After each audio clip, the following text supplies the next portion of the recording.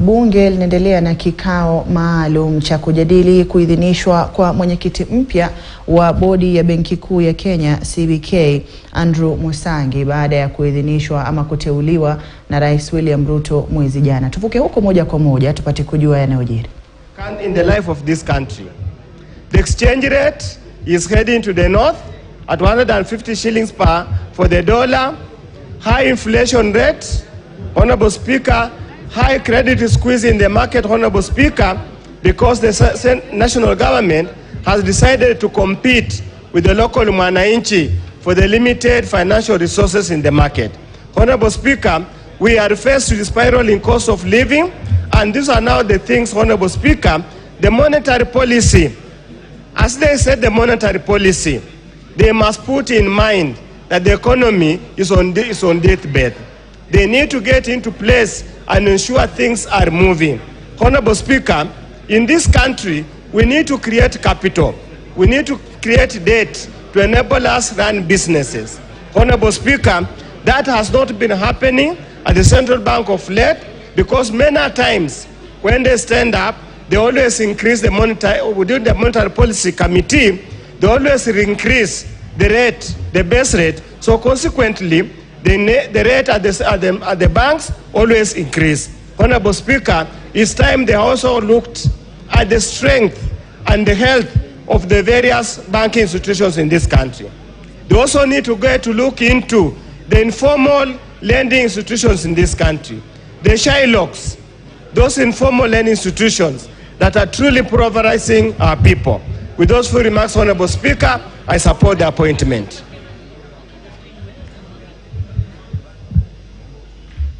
The Honorable Irene Mayaka.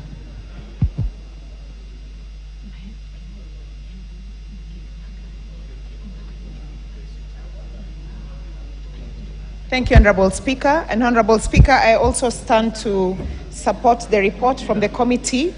And Honorable Speaker, I just want to say that Wakili Andrew Musangi, having myself worked in the banking industry and having interacted with him in terms of his assistance and support to a lot of the commercial banks on policy reforms, I also want to support him. And my wish list to him, Honorable Speaker, is that as he assumes office to chair the Central Bank board, I want to tell him that because, especially with his background as a lawyer, and the fact that the board is actually determined, and one of the key functions is in terms of policy management, I just want to give him a wish list because I know he's a competent man. And one of the things that we are grappling with, Honorable Speaker, is that we don't have stability in terms of our currency. That is one of the areas that he needs to take very serious consideration into. Number two, it is in the area of treasury bills and treasury bonds, because, Honorable Speaker, we are one of the few countries that have a lot of Kenyans who invest in this space, but this space is not digitalized, and sometimes it takes too long. It takes you up to 30 days in this country for you to be able to initiate and start the process of actually investing in treasury bonds. And I want to urge Wakili, as he takes office, to ensure that this particular process is digitalized. Honorable Speaker, in the cryptocurrency space, right now in our country, we do not recognize the cryptocurrency as a legal tender.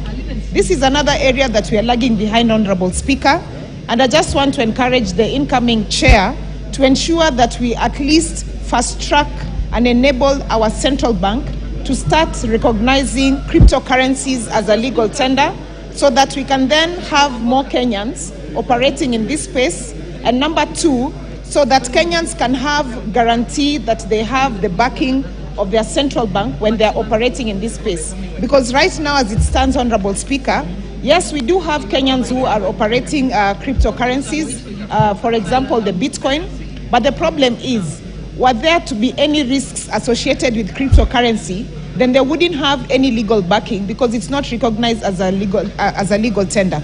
Therefore, I just want to encourage the chair that one of the quick policy reforms that he should undertake is to ensure that we are recognizing cryptocurrencies as a legal tender in our country.